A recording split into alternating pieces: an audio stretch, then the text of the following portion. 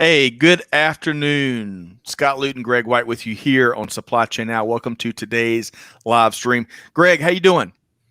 I'm doing great. Scott, I'm just thinking here, we could say about anything for the first minute of a live stream. True. Right? While people are getting off the phone.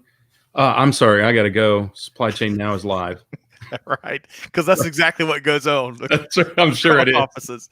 All right. So quick question for you. How was your Labor Day here in the States? A big annual affair. What'd y'all do? It was good. We actually went to, before the weekend started, we went to a wedding. Nice. Fascinating rituals at weddings now. So they have wristbands, red, yellow, green. Green means I'm all in for a hug. Yellow means I'm okay. Let's bump elbows. And red's I'm over here. You guys just wave. Visual management. I love it. It was pretty brilliant process. I saw the great Rick McDonald at the wedding wearing his Georgia Tech mask.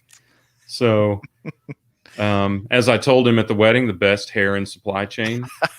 And not only one of the most talented leaders, but he does have the best hair in supply chain. Right. And I would challenge Nerfod to refute that. Well, and Rick can almost go by on a first name basis, right? So Rick McDonald's one of the Clorox company's leading supply chain leaders. So you talk about a full plate here in 2020. So good stuff there. Yeah. All right. Quick. How about you? We had a picnic. It was a nice. We saw you did a video. The kids did a video. That was cool. That's right. It was a nice, cool day. I think we had about a high of 82 that day, which is odd, even for mid-September here in Georgia. Yeah. But it was gorgeous. We got outside, got some steps in, took the kids out for some fresh air, and it was like almost a perfect Labor Day, while all acknowledging the incredible workforce that's kept the economy and kept the world moving forward. And so I think this Labor Day, many of whom were humping on that day, right? That's right. I mean, that's right. I couldn't help, to your point exactly, Greg, I couldn't help but not notice and really deliberately notice all the truck drivers, all the folks unloading stuff at convenience store, all the people that it was another day. Mm-hmm. So really a poignant Labor Day for us here in 2020. Yeah. Okay. On that note, before we got a great show teed up here today. We've got two great friends of the show. They've got a big event coming up. We're going to dive in deep into their backgrounds and some of their insights that 2020 has brought to them. So stay tuned for that. Let's recognize a few folks. Quick programming note, and then we'll dive into our guests. So we've got a full boat already, including Stefan Mao, who will be one of the two live stream guests tomorrow. Right, Greg? Yeah, right. We've got Sylvia Judy. That's right. She should be showing up anytime now. Like clockwork. Right. Kavan Avinash, Syed, Deepak via LinkedIn. Great to have you here. Aaron Freed also via LinkedIn. Great to have you, Aaron. Andres Clay. Hey, Tom Raftery is here via YouTube. And well, that's good because we got some guys whose accent he's going to recognize. Not exactly the same, but. And he says he'd be using yellow bands, to your earlier point about the visual management at weddings. Prudent. Right. Yes. Hello, Vicky and Panraj. And let's see here. And of course, big thanks to Amanda and Clay that are behind the scenes engaging all the great folks that tune in for our live streams. Okay, so quick programming note before we bring on our two guests here today. If you enjoy our live streams, be sure to check out our podcast. So our aim is to cover global end-to-end supply chain. It's tough to do that, even publishing every day, but you can check it out and subscribe wherever you get your podcast from. You can do that. Yes, you can, every day. All right, so with no further ado, let's welcome in Nick Stylianou and Asif Naqvi with Reuters Events.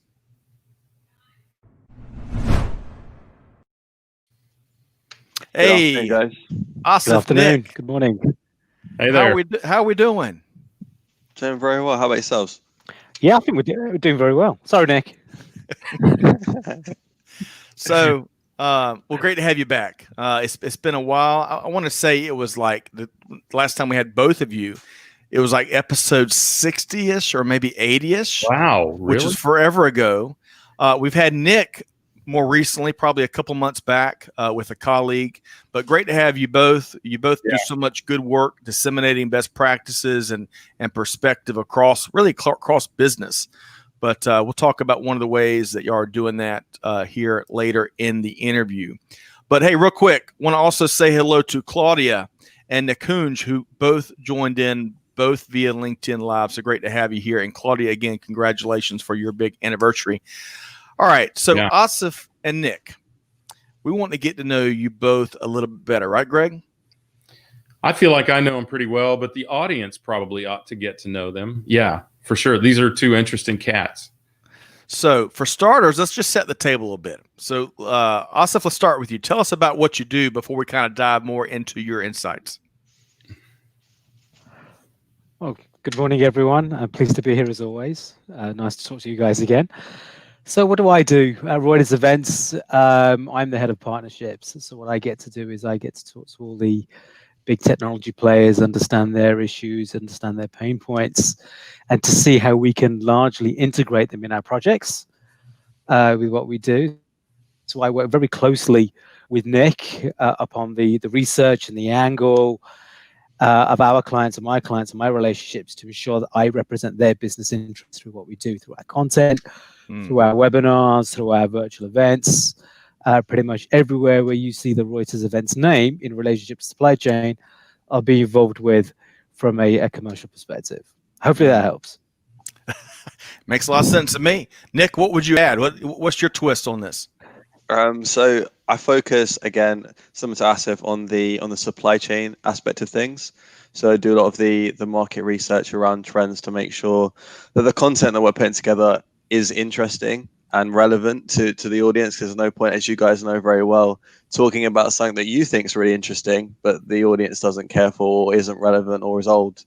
So we do a lot of research around that to make sure that the content, whether that's webinars, podcasts, virtual events, physical events, back when you could do that kind of thing, is relevant and engaging and interesting to the audience. Love it. I'll put a ton of homework into really putting your finger on the pulse so you can figure out what type of content and events to offer. That's what I've really admired about y'all's approach going back a few years.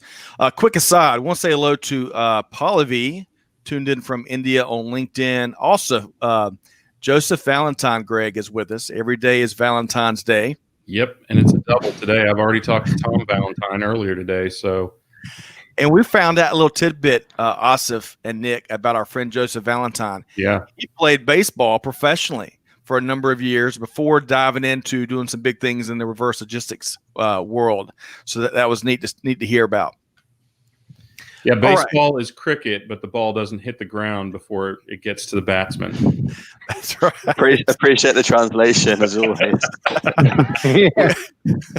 All right. So great to have you here, Joseph, and also Deepak and Panraj via LinkedIn as well. Great to have you here. All right. So let's keep driving a bit. I'm always curious about what books are on your bedside table, or if you're not a vociferous reader like our friend Greg White is, what sites are critical to you as you drink your cup of tea or coffee in the morning? You know, what sites are you going to for news and perspective? And Asif, I'm sorry, Asif, let's start with you. That's a really good question. Book-wise, I'm not the greatest of readers, but when I do read books, I like to read biographies. So at the moment, I'm reading a biography based on one of our most forgettable prime ministers we've ever had in the UK. So before next time, we had a Which prime one was minister that? John Major. John Major. Exactly. No one knows who he is. Yeah. He was a legend. So legendary, no one knows who he is. I'm actually reading his biography. Actually, no, his autobiography, my bad. Around a lot of some of the similar issues that we're going through now. I mean, he had a lot of problems about Europe and getting his political party on side in some of these legislations he tried to pass through Parliament. So I'm getting the inside scoop reading his biography on the headaches he had to go through in order to manage the expectations of his political party, but also manage the expectations of his European partners and also the country. And I'm actually quite enjoying it. You know, it beats Game of Thrones any day of the week. especially the final episode of Game of Thrones, maybe.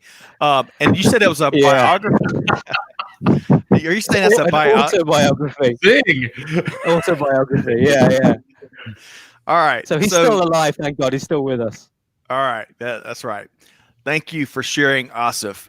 And Greg, I'm going to put you on the spot after I get here from Nick, because I want to hear what your go-to site is. All right. So Nick, share whether you read or whether you're, checking out a certain news site every day. What would that be? Yes, I mean, in terms of reading, I always think it's important to maybe read outside of your industry. So I do think a lot of folks can sometimes get slightly echo chambery, if that is a word, and just kind of read everything relevant to that industry. So I really try and read non-supply chain focused stuff. I'm really into my productivity books at the moment. So one book at the moment is The One Thing by Keller. It is a favorite of mine because, you guys are similar working from home. It can be just kind of keep working and just do a lot of hours. So I think that book's really helped me in terms of being a little bit more strategic and a little bit more kind of goal orientated and helped kind of with the focus aspect of things. So that's kind of one of the books that's on my bedside table at the moment. In terms of supply chain focused, I always keep up to date with Supply Chain Dive. Similar to you guys, I know Greg's a big fan, and specifically Emma Cosgrove's writings always make sure to keep up with that, because I feel like that's kind of the finger of the pulse of the industry. So I'd say that's kind of my two main areas I make the comment on. She's one of the best in the business, for sure. They've got some really good reporters there. I mean, it's never an advertorial, which I like, right? I mean, it's real news. That I really appreciate that. So, hey, to the audience, maybe this can be one of these questions that we just refer back to your answers throughout the show. Tell us what you're reading and why, and tell us also about any news sites you really depend on to gather your world perspective and your daily news. So share that, and we'll try to reference those throughout the live stream. Hey, before I pop the question to Greg, Tom says, Asif, that John Major was one of the architects of the Good Friday Agreement. I forgot about that. So I'll let you and Tom can have a summit to discuss some of these historical initiatives after today's show. All right, so Greg, what's Greg, what's a big go-to for you when it comes to news, insights, and whatnot? So I'm always a big fan of the aggregators. So you get to pick even the topic, you get to pick the outlet. So Google News is a go-to for supply chain. It's always supply chain now, but I'm actually trying something called 1440, which is allegedly neutral news, because that's a virtual impossibility these days. They try to really hard to do that. You can detect their bias. I've been an observer of media bias as a political science major since I was 17 years old, which for some of you was, just so you know, was a few years ago. But they do a pretty good job of just reporting the news, not inserting their opinion. I think back to an old movie, I think it was called Broadcast News, where one of the lines is, "Nobody wants your opinion." Yes. Right. They try hard to remember that. Love that, Greg. I appreciate you sharing. And going back to a comment here, Aaron said, a diverse education helps expose you to a variety of ideas, which is really, you want to have a nice holistic point of view. So I like that from Aaron. And hello, Nerfad. Greg referenced one of our regular live streamers here that we enjoy his insights and his humor equally. So Nerfad, hope this finds you well, and have enjoyed your some of your comments here lately on LinkedIn. Humor and some biting wit, if you saw what he posted about freight on LinkedIn today, which was spot on. That's right. Absolutely. All right. So moving on, before I pass the baton to Greg, I got one more question. And Asif, I want to start with you. Who do you find to be an inspiring leader, and why? How long have we got? We got 27 seconds. It's it's a difficult one to answer, but I think an individual's caught my attention who I was always a big fan of, and that's a racing driver by the name of Lewis Hamilton, which you may know or may be familiar with. Yeah. Now, athletes aren't the most educated people in the world, at least the way they come across. But he's very articulate and has associated himself a lot with these civil rights movements that we're seeing at this given moment. But he's done it in a tasteful way. He's done it in a way which actually, I think, reflects very well upon him and his character. And I've been very impressed by his intellect in bringing these issues to the mainstream. He has a fantastic platform and is using it in the right way. And actually, there's a lot of value there. I like that a lot. So he's really caught my attention. Outstanding. All right. Nick, before I ask you the same question, I want to get got a couple comments here from the audience in terms of what they're reading. I want to read those before we get too far along. So Aaron says one of his favorite supply chain books is The Box, a well-written history of the shipping container, Malcolm McLean. I also try to use Supply Chain Dive. Another good book I enjoyed was The Goal. The Goal is a great one. Yeah. Our friend Tom says, I'm reading Rethinking Humanity by James Arbib and Tony Seba, which talks about some of the major disruptions happening in the world today. Not COVID, but think autonomous vehicles. Good stuff there. Stefan is reading the book series CSCP from Apex. That takes a while. So everybody knows. I think he said that is a real course. Yes. I mean, that is, yeah. Our dear friend Kathy Morrow Robertson, she's a bit partial to JOC, Air Cargo World, and Cargo Facts. We are too, Kathy, and we enjoy all of your excellent articles and your blogs that you contribute, thought leadership you contribute there. Great to have you here. Finally, Michael says, Paul Page from the Wall Street Journal has a logistics report daily that brings all the recent articles from Wall Street Journal and its partners together that relate to supply chain and logistics. Michael, that's a great resource. Yep. All right. So, Nick, going back to leadership, which is has never been greater in demand than today, arguably. Who do you look at as an inspiring leader and why? So it is a very interesting question. I think maybe carrying on in the sports theme. I think with so much going on, obviously, I think from a historical perspective, 2020 has been, a history lesson that maybe could last a few weeks or maybe a few months with just the amount that's gone on. So I think that there is a lot there, and obviously that presents major challenges for leaders to kind of navigate these tricky times. I think, as I said, carrying on with the sports theme, an individual that may not be familiar on your side of the pond, so to speak, is Marcus Rashford, football/soccer player, real football as we call it in the UK, and he. And he has he's done a lot of great work combating basically child poverty and issues around that. And I think he's about 22 years old, and he's shown some great leadership, maybe beyond his years, and not maybe a field that you'd associate with great leadership and inspiration. And I think it goes to show that you can be from all walks of life, all ages. And there are no barriers, I guess, to inspiring people. And I'm sure there's people way older than him that have been inspired by his actions and maybe could learn a thing or two from his leadership over the last 3 or 4 months, if that makes sense. Share a little bit of what he did, Nick. I think that's an important share. So he basically was working on free school meals. So it not to kind of go too much into the whole system, because obviously we work in a slightly different way than the UK, but he basically worked together to ensure that those kids that maybe didn't have access to those meals still had access while all the craziness of COVID-19 was going on, and maybe the money wasn't there that maybe was there kind of 6 to 9 months ago. It's awesome. It really is. Deeds, not words. That's one of our mantras here, and really appreciate you sharing that story because it is about action, right? Not lip service. All right. So, Greg, I'm going to pass the baton after I read just a couple of responses here. Yeah, so, sure. Deepak says TechCrunch is one of his go-tos. So that is a great resource. Nirfad says if 2020 was an ingredient in sweet desserts, it would be the surprise raisin in my chocolate chip cookies.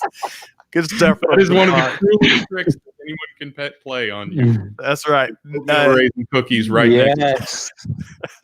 David says real football starts this weekend, and Nirfad starts Thursday. David, it starts Saturday. Premier League kickoff. It starts on Saturday. Yeah. Nirfad is a big Liverpool for life fan.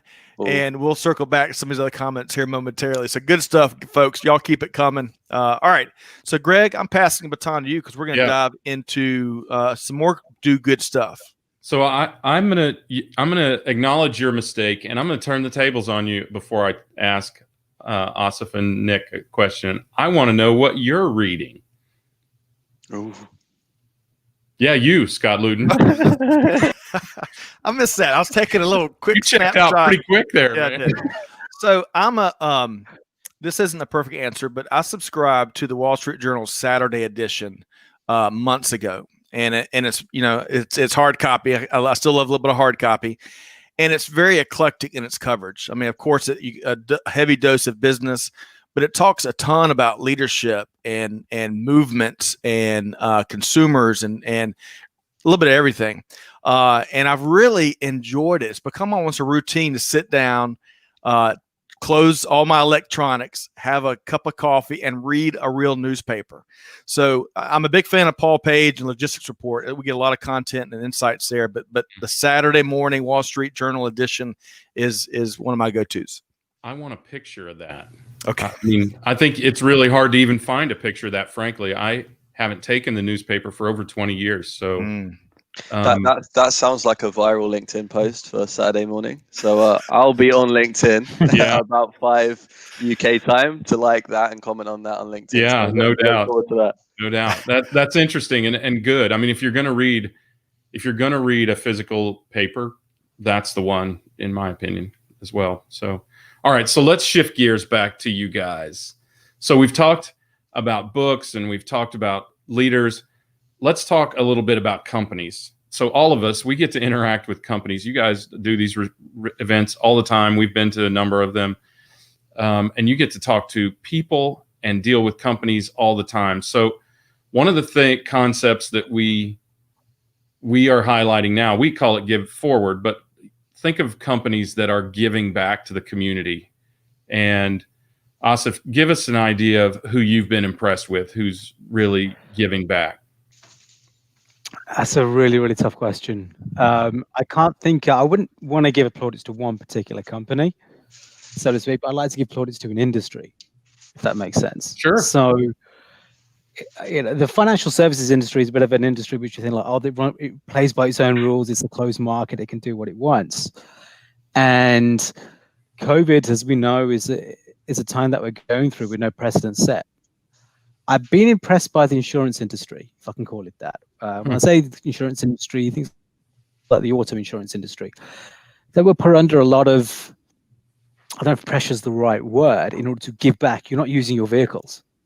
In America, you guys have the God-given right to have 3 or 4 cars. Right. It's something that we drive to over the here. Exactly. You're going down the road. You need to drive it, and I get it. I've seen the size of your roads. So you have to. It's a must.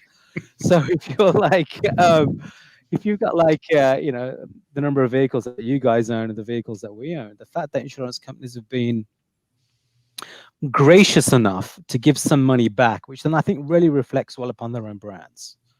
It's one of those industries which is like, you have to buy a car, you're going to get insurance, you're going to get screwed. All right. And that was the mentality we've sort of always grown up with. But the fact that they've had to give money back, it shows you they care about their clients, they care about their customers. At the end of that, I'm hoping that's how it's been. I'm hoping that was a rationale behind it, because that's how it's been received. I made a decent little saving. I drive cars, I ride motorbikes, that type of thing, and it's always been it was a nice experience to have, because you always feel like you're bleeding out. To have something to come back is a nice. It's a nice experience. It doesn't really happen. May never happen again.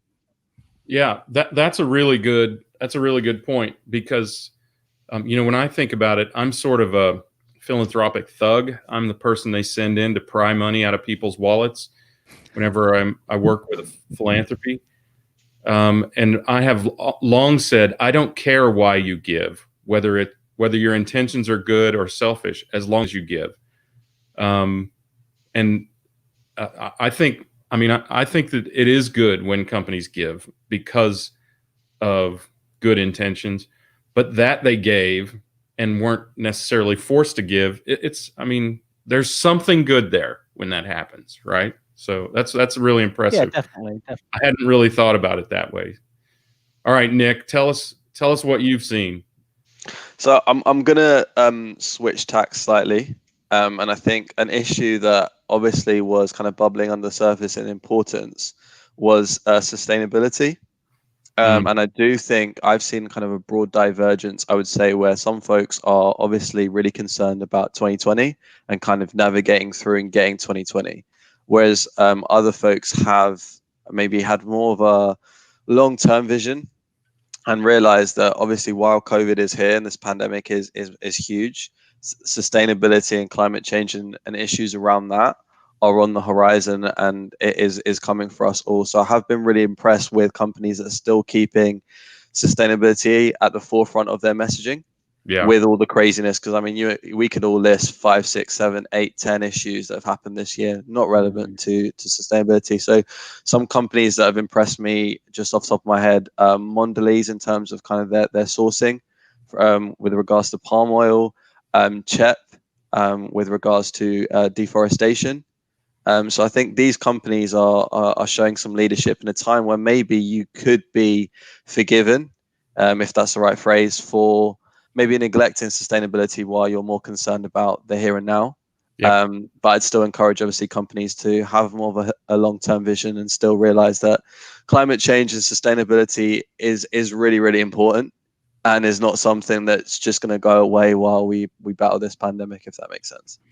If I can add in here, Greg, because one of the things that you and I both admire companies and organizations doing in these the tough year of 2020 is creating free or really inexpensive ways to develop professionally and for leadership opportunities and networking. We're going to touch on Supply Chain Virtual USA. We've seen it with the shop. That's right, AIAG, the Automotive Industry Action Group. We've seen it with Six River Systems and Shopify with their upcoming event. There's a ton of, their event went all virtual and all free, right? That's right. And these events, some are bigger than others, but they take a ton of resources, hardworking, smart folks like Asif and Nick, and to open it up and kind of not necessarily lose that revenue stream, but the equation changes by making it easier for people and by providing opportunities for others. That's one of the things that I think you and I both have really pointed out and we admire this year. Yeah. And that's a good call, because I think, the Supply Chain Virtual USA has the Taster Pass, right? Which we just learned. We've been telling people to go get their Taster Pass, guys, but we just learned what that really meant. And that means free access to all 6 of the keynotes. Mm-hmm. So, and that is people like Sandra McQuillan from Mondelez, right? Right? So you get to hear from the best of the best. That is a big give, because that's really valuable content. And there's real intention around these events to try and connect people to learn something, and to open it up like that is really powerful stuff. So we're going to talk more about that later, but I agree. I think that's a big one. And I also, I agree with everything all of you guys have said. And I think 2020 has taught us some lessons, right? I'm not sure what our response should be to some of those lessons. But there have definitely been some lessons learned. I'm very reflective on maintaining fair trade. That's my personal pet peeve, right? There are now I almost can't buy clothes to play tennis in, because all of those clothes are produced under slave labor. So I'm thinking about the brands now that I buy from. And one of my favorites, who I won't name again, I have named too many times already, it's a real struggle for me because I really love their stuff. But there are companies even being conscious about that and creating accountability in the supply chain, where in the past they have created plausible deniability. Oh, that's a third tier vendor. We don't know anything about that. But these companies are starting to come to the recognition that reflects poorly on them, and that it's just wrong. So I'm really proud of those companies that are changing that as well. So, all right, so let's talk about some of the other lessons. Nick, tell us what jumps out at you as one or two of the biggest lessons you've learned or seen exposed in 2020? I think it's exposed maybe what we didn't know, what we didn't know, in the sense of there's a few things I think that I can think of that were not necessary, and we maybe took for granted. So as an example, I went to a socially distanced restaurant yesterday, and I ordered everything from my phone. And there wasn't that interaction with the waitress or the waiter. I didn't have to talk to them, potentially have that COVID potential flare-up point. I could order everything from my phone and have a relatively contactless experience. And I think that's maybe something that the industry was going towards. And I think there's many examples of that. We see that with contactless delivery now. When I order things, the person that's bringing it to my place, he leaves it outside and then goes away. I think before it was you had to sign for it, and everything was far more tactile. So I think there's a lot of shifts in terms of the shift away from contact, and I think that is just here to stay because it makes sense from an efficiency standpoint, and maybe was just excess resources 6 to 9 months ago. Yeah, that's a really good point. Yeah, so much has changed. All right, Nick, or I'm sorry, Asif. Tell us a little bit about what lesson you learned or you've seen someone learn in 2020 from all of this disruption.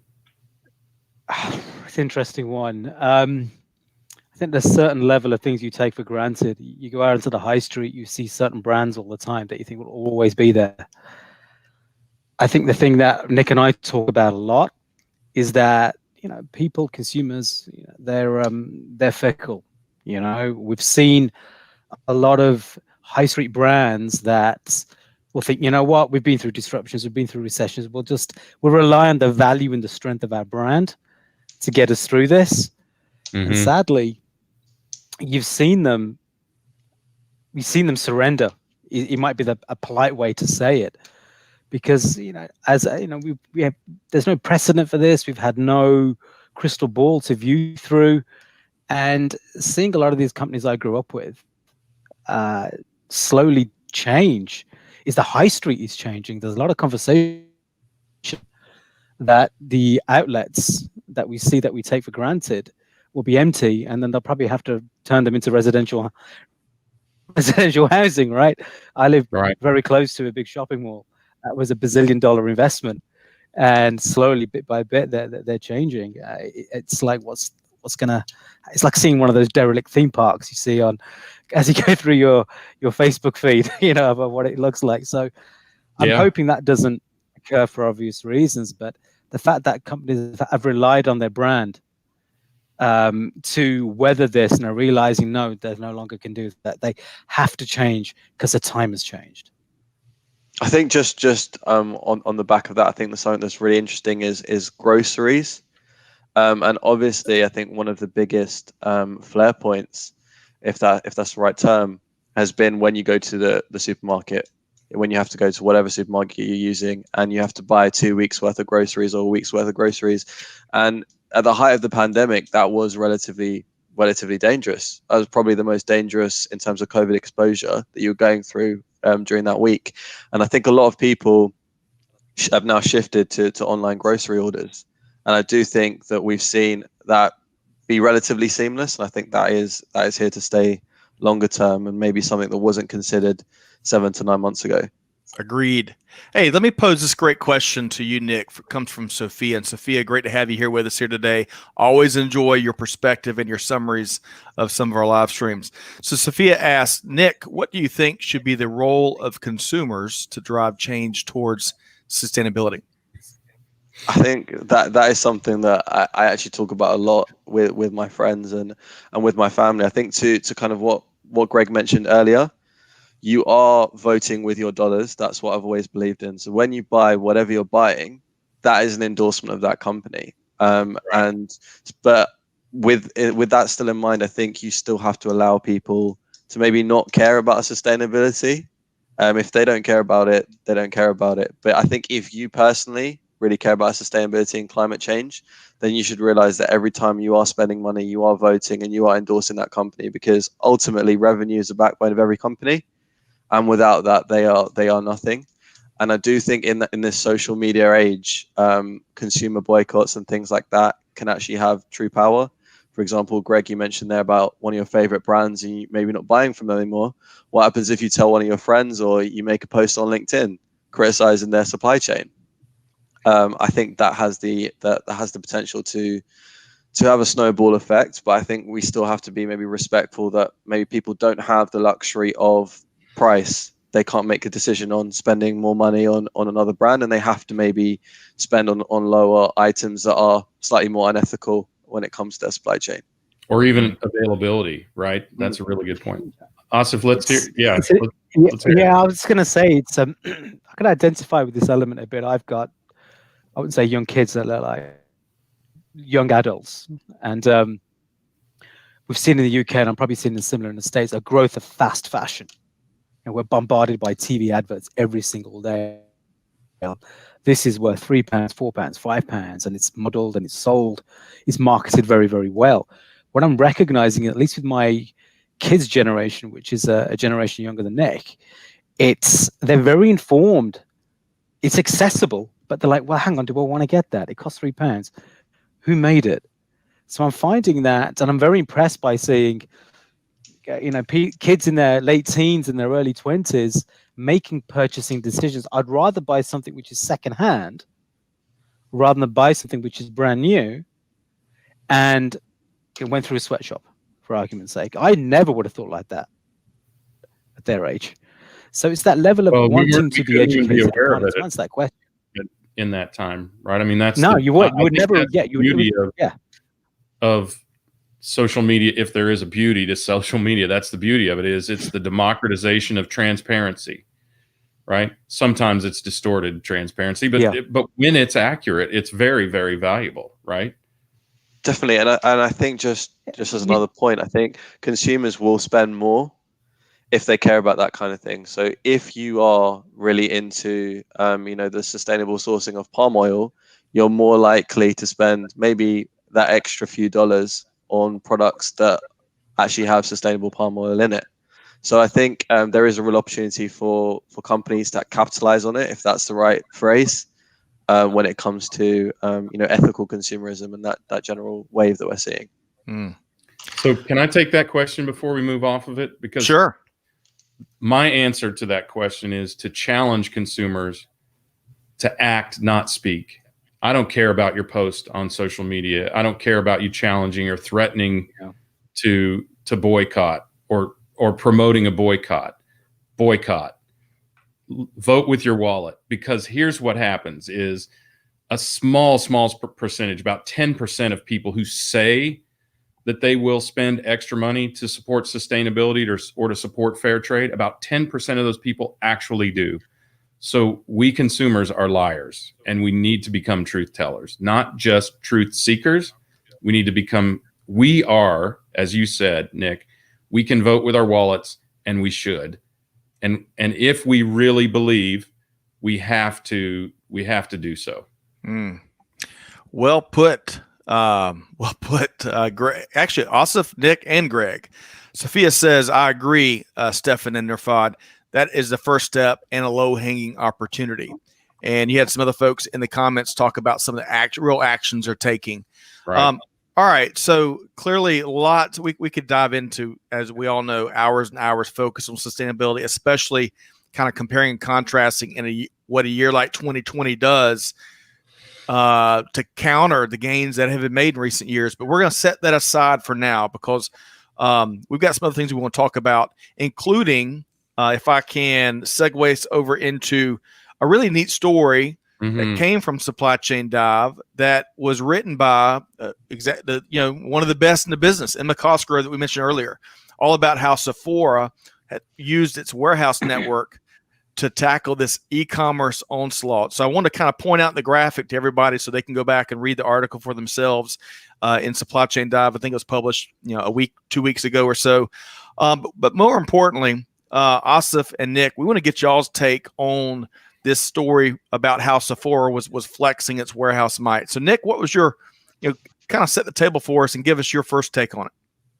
Definitely. So I think one of the biggest kind of takeaways for 2020 has been this term that we all use, unprecedented. And I think a lot of companies have experienced unprecedented demand. So I think in that article Sephora mentioned they've seen 20-30% increase in their e-commerce business. And I think even the most optimistic of CFOs for a lot of these companies would never predict 20 to 30% increase in sales, especially for this kind of size company.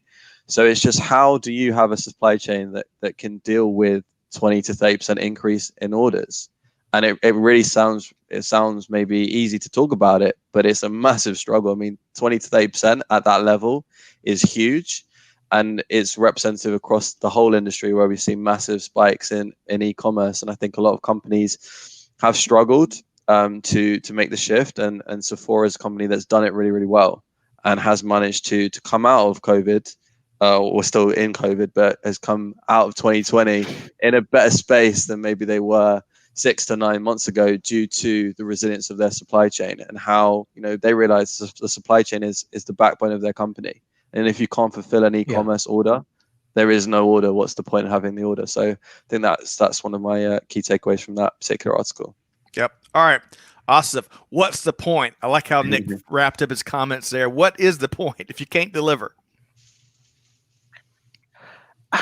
It's an interesting article. I read it a couple of times. And what really stood out to me is we're in a society right now, we're in an on-demand culture. Technology is everywhere. We think if you can make a change, you press a button, you make that change. When you read the article, you recognize the investments that they made in e-commerce were made years ago. In order for this to, and that was, call it luck, call it what you want, but they recognized that the future consumer is tech savvy.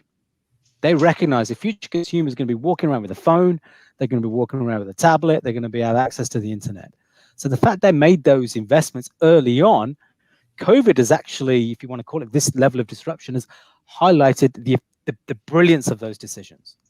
It's not just those guys, it's Lululemon, it's Ulta, etc., that have been able to offset e-commerce in line with their brick and mortar facilities, right? So that genius, if you want to call it that, it's been a hugely inspired move.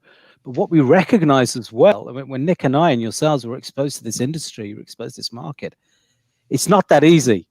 It costs billions and billions and billions of dollars to have an effective e-commerce strategy and e-commerce supply chain.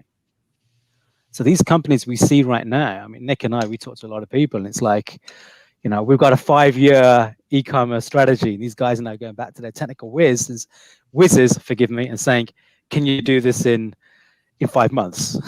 And that's an impossible ask at the end of the day. So it's that forward thinking that I'm very impressed with. It's that, the future is the internet, even though the internet's been around for as old as Nick, for that matter. It's recognizing a lot of these companies are too slow to move. It's that pace behind the scenes elements I'm really impressed with. Yeah. I think LVMH. So this is an article like many that I posted on a week or so ago. I don't remember exactly when it came out, but LVMH has long had a superior supply chain. They are the owners of, obviously, Louis Vuitton, but also duty-free stores, right? So they have owned stores all over the world for ages. And back in the 90s, I was working with them, with a tech company I was at the time, and you could see the superiority of their supply chain at the time, even when manual processes and much less digitalization or whatever you want to call it was in the supply chain. You could see that the infrastructure and the recognition was there. And Mike Racer, who is their SVP of supply chain, has had the benefit of having a good foundation, and other organizations who have distributed in a similar way, still a 30% uplift in any segment of the business that is currently an insignificant, relatively insignificant portion of the business. To see that uplift in rapid fashion like that is incredibly disruptive. and difficult to accomplish. And it really is the foundation of their supply chain that they've built, the fundamentals that they've built that's enabled them to do that. Kudos to them. I've always admired the company, even back in the 90s when I was working with them. They have always had a very impressive pedigree in terms of supply chain. Yep. A lot of good stuff. Greg, we sat down a week or two ago with one of the leading robotic and automation companies that have been exploding. And we filled up, Greg, we probably filled up, 3 or 4 whiteboards, and as we were kind of, putting our finger on the pulse of where they were and the conversations they were having and the solutions they were implementing. Right. And it's really, it's so fascinating. One of my main takeaways from that was how some leaders have embraced that this is a sea change. It's never going back. There's certain elements that are here to stay, and we've got to tackle it in a much different way. And that includes a lot of pain as we implement and change, and both on the people side and the process and robotics side. And then there's others, their leadership's not quite there, and they're still clinging to, hey, in 2021, we're going to take a few steps back to what it was. It's such it's a remarkable business study right now in terms of sheer automation and robotics and how that's changing the game for so many. All right, so I'm scanning a lot of comments right now, and sustainability got everyone's juices going. We're not going to be able to get to all of these, so really appreciate what y'all are sharing in terms of your experiences, in terms of some of the incentives that you're seeing companies put in place to help drive sustainability-minded consumerism and some other things. So y'all keep that coming. Greg, as we kind of wind down this interview here with Asif and Nick, we want to make sure, and we don't want to sell anybody. Greg and I, for the record, Greg and I believe this is a great event coming up that we're really pleased to be a part of, and admire again how Reuters Events has approached this. So, Asif and Nick, as we wrap up, what is Supply Chain USA Virtual, and also what's one thing from each of y'all of why folks should check it out and join us? And Asif, let's start with you. It's a good question. That event has been a reflection of the hard work that myself and Nick have put together. It's the leaders we've got there. It's the C-levels. We've got a good mix of, I think it might be fair to say, CEOs and chief supply chain officers, whether they're from logistics or whether from the actual shippers, as we like to call. I think that the social or the business trend right now is supply chain is so much in focus. It's so pivotal to where we are that it's become a must. I must be here. It's so central to my business strategy right now. So, and getting the C-levels we have, the seniority, you're hearing it straight from the horse's mouth on what their insights are and what their observations are and what we need to do. Because recessions come and go. It's always going to happen. It's a fact of life at the end of the day. But we need to be in a position where we trust in regulation and we trust in these brands to help us navigate our way through it at the end of the day, how we see things. So that's the reason why this event has been such an interesting event to work on and getting these types of insights in. So I'm very impressed with the work that we've all done as a team and the relationships we've generated, and also your support in helping us as a community put this on. Yes, agreed. So before we get Nick's one big thing, I appreciate you sharing, Asif. Let's share a quick sampling of some of the speakers here, some of the keynotes. Martin Reed, Chief Supply Chain Officer with Godiva. Sandra McQuillan, we talk about all the time because we believe she's a rock and roll star and is just such an exceptional forward-looking leader from Mondelez. We've got Aria Foods and Hershey Company also represented. I mean, these are folks that are fighting the fight, that are driving innovation, that are tackling these challenges we have in 2020, putting it in a headlock and finding a way to get it done. So Nick, let's hear your one big thing. What else would you add? Why should folks check out Supply Chain USA Virtual? So I think Asif gave a very good and a good answer there on some of the main reasons. So to maybe add to some of his key points, I think a big thing I mentioned earlier was maybe not just reading in your industry. And I think sometimes it's easy to get caught up in the echo chamber of your industry. We have leaders from across a number of different industry verticals, and folks from food and beverage can learn from pharmaceuticals, that can learn from retail, that can learn from automotive. So I think there's some really interesting takeaways that maybe you can learn that maybe you didn't think of before, and how someone like we mentioned there Sephora, how Sephora is doing really well, and how someone like a Tractor Supply Company is doing well, or how a Hershey's is doing really well. So I think that is the key thing for me, is the cross industry element. Maybe to kind of steal the thunder and maybe add 2 points, because you only asked me for one, was obviously sustainability has been a key theme of this whole thing, this conversation. Obviously has inspired kind of a lot of comments on the topic. We actually have you guys interviewing the CEO of Arla Foods on the importance of sustainability from a supply chain perspective. So right. I think we're trying to tackle as many of the crucial topics, not make it as COVID central as maybe some folks would want it to be, and still talk about the bigger picture. So the bigger picture of general e-commerce rise, of sustainability. And I think that's kind of what we tried to encapsulate at the event in October. Love it. We're looking forward to it. I think this is the third or fourth event that we've been involved on some level with you both and your organization. Big fans of how you approach these things. And again, not to harp on it too much, but making it less about profit and more about professional development and sharing and helping make people better.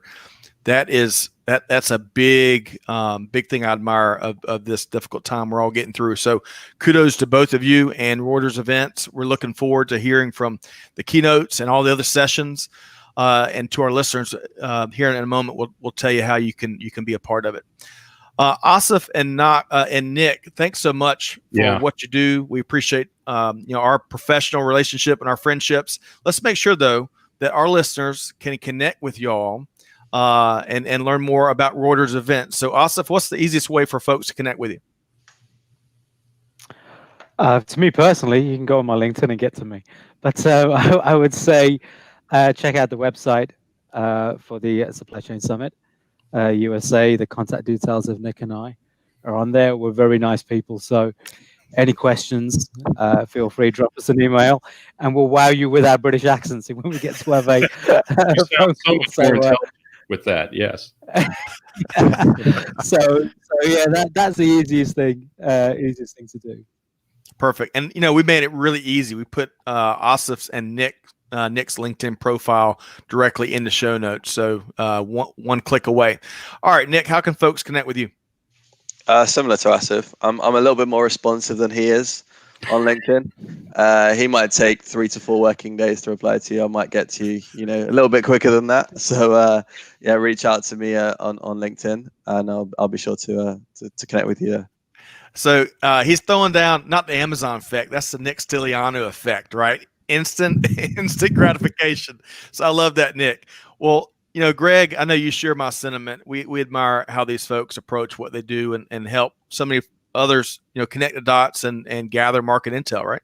Well, this is what our community is about, right? We met these guys at a Reuters event, over a year ago. You met them even before I did. And we've come to respect and love one another. We're friends and colleagues, and we share ideas, and we argue, and we talk. And I mean, this is the best. This is one of the best examples of how our community works, and I love it.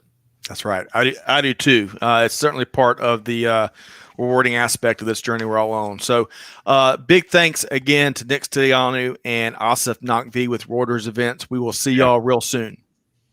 Thanks a lot for having us on. You bet. Thank you. Thank you for having us. Cheers. Sometimes you're just not sure if that swoosh is coming or if there's going to be a slight pause, Greg. I wait for it all day. I wake up hoping to see one. Well, I always enjoy our conversations, both the public-facing ones and those that folks aren't as privy to. A lot of passion there and frankness, and really enjoyed. It's kind of an unexpected element there, how we dove deeper than expected on sustainability, and clearly we got a ton of comments here from the audience. So we're gonna have to tee up another show, a follow-up show. All right, so let's share, Greg. Oh, before we've got a couple things to share with the audience. Greg, what's after that last 50 or so minutes with Asif and Nick, what was your favorite element to that discussion and what they shared? I think one of the biggest takeaways is that those two guys are so knowledgeable and so tuned in, and they're not even the show, right? I mean, you can go and listen to Colin Yankee or Mike Racer or whomever, and then you can walk away and talk to people who can really speak intelligently. Well, nobody walks away anymore, but you can turn away and go and speak to Nick or Asif or any of their team, really, and they are enlightened on a lot of these, a lot of these topics. That they even had opinions and strong opinions on those is really, really impressive. They're not just facilitating an event; they really are supply chain experts. That's the big takeaway. Agreed, and I always love to see the passion. All right, so to the audience, we talked about the Supply Chain USA Virtual 2020, October 7th through the 8th. You've got some of these big time keynotes here. There's several others. You can go check out the full events. In fact, we've added the direct hyperlink in the show notes of this episode. You can go check it out for yourselves. They've got this, Greg, I think you mentioned it earlier, this taster pass that's available. If I'm understanding that correctly, folks that register for that taster pass can attend all 6 keynotes. You are correct, sir. Yeah, without paying any registration fees, right? That's right. Sign up for that. It's worth it. I mean, you're going to get to hear from the best of the best going through these struggles and look into the future. So. Yep, agreed. So check that out. Again, to make it really easy, the link is in the show notes of this episode. Before we get to that October event with the Reuters events folks, and again, that's October 7th and the 8th. We touched on this one earlier kind of in the conversation because 6 River Systems, which Shopify acquired about a year or so ago, they have poured, Greg, 4,000 man hours into building this event, right? September 16th and 17th. You're going to hear from, it's all about Flow 2020, right? Future of logistics, operations, and warehousing. And you're going to hear from 6 River Systems executives, several C-levels from Shopify. So that's another great opportunity, right? Yeah, it is. I mean, if you're going to talk about e-commerce and fulfillment, who better than Shopify, right? Yeah, agreed. Leading the market. Agreed. And finally, one other opportunity. This is all, one aspect of our role here at Supply Chain Now is bringing you resources and opportunities to continue to learn and get better at what you do here in 2020. Our friends over at Rate Links and Agilytics have a upcoming webinar. And, we came across a supply chain transformation story. I cannot remember the grocer's company name. This company holds Food Line. Ahold. Yes. So it was a really interesting story. And if you've ever shopped in a Food Line here in the States, you've shopped in an Ahold store. They talked that they've spent a ton of money. I want to say the figure was like some $400 million in transforming its supply chain organization. Right. And one element of that, Greg, was standing up and really enhancing its control towers, abilities, capabilities, and really capacity. So if you're a non-expert in the control tower arena like I am, you can check out this webinar on Tuesday, October 6th at 11 a.m. that Rate Links and Agilytics is putting up, which should be a great learning opportunity as well, right? Yeah. Well, I look, Tim Judge and Shannon and Nate, they're all experts in not just data, but also logistics, and they get the applicability of a control tower. To me, that's a really amorphous concept. What the heck even is a control tower? And, there's some really practical examples. Let's say you run out of stock, or you're predicting to run out of stock in the stores, and you got plenty in the distribution center. Everybody thinks everything's good, but you don't have the manpower or the the transportation assets to get it there. So what a control tower helps companies do, just to give you a practical perspective, helps you solve for that.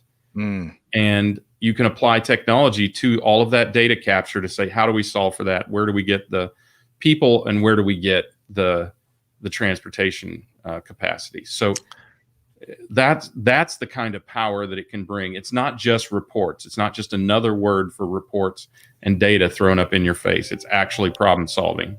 Love it. And we make it easy. We put the webinar link in the show notes of today's episode. And if there's something that we've talked about today that you just can't find, you can shoot Amanda a note, Amanda@supplychainnow.radio.com. Temporarily, the radio is going away. I hear it's going away as early as this weekend. We've been in this soft rebrand for quite some time. We want to be forward looking, and radio, not taking anything away from our dear friends, especially in sports radio, but it's a bit of a rear view look, right? So we're dropping the radio star, right? So. That's right. So shoot Amanda a note. There's something we can help you with. We will certainly work to be a resource for you. Tom Raftery says, "Hey, Nick has already accepted my LinkedIn connection request." He wasn't kidding. Tom. He's lightning quick. That is right. Sylvia adds, best use of talent in a control tower environment in logistics. Been doing it for decades. And, so Sylvia, as we mentioned on the front end, Sylvia, Judy, and Stefan Mao will be joining us tomorrow in our standard Thursday live stream, which will go live at 12 noon Eastern time. Right. And not only, Greg, are we going to dive into this, but we may learn more about the jam queen of the South, right? Well, not even that. Not even just that. Stefan and Sylvia are both native-born Germans, so both transplants to the States. And Sylvia is in Hamburg, Hummel, as she says. So she's going to get to tell us a bit about what it's like over there. So it'll be interesting to get the, let's call it decisive, perspective, the German perspective on things, right? Agreed. I'm looking forward to that. Really, we really enjoy these live streams, and top of the list, the reason why I enjoy them so much is the comments and stuff I learn from our guests and our audience. I mean, it is so rewarding to see all the knowledge that's dropped in these comments. I want to go back and collect them all, and share them with folks that couldn't check out the live stream. But the good news is, Greg, is all of our listeners can check out live streams and the video recording across 5 social channel platforms on demand. So How YouTube. Can I do that, Scott? Well, we're trying to go to find that out. So you can check out our company page on LinkedIn, on Twitter, on YouTube, on Facebook, and on this thing called Twitch, which we're still figuring out exactly what the play is there. But we've actually had some interaction and engagement there. So that is right. Greg, really have enjoyed this session. Appreciate how you flipped the tables a couple of times. Really enjoyed Nick and Asif's approach and perspective they shared. And of course, I could go back and catch some of these comments from some of our audience members, but really enjoyed it. What's that? I said it got deep. It was good. I mean, I think we've got a group here that is ready to facilitate some change. So that's important. It starts with the consumer.